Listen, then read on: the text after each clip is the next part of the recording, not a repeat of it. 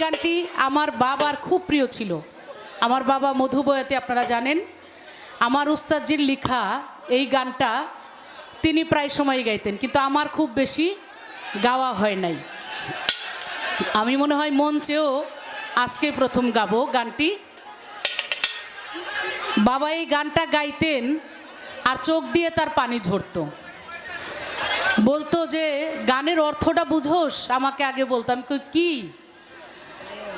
বলে গানের অর্থটা এইরকম যে আমরা ফুল সবাই ভালোবাসি, সেই ফুল দেখে আমি পাগল হয়ে ফুল ছিঁড়তে গেলাম।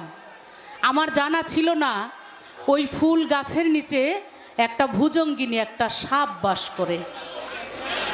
যখন আমি ওই ফোঁটা ফুলটা ছিঁড়তে গেলাম, ওই ফুলের গায়ে হাত দেওয়ার আগেই আমাকে সাপে দংশন করলো।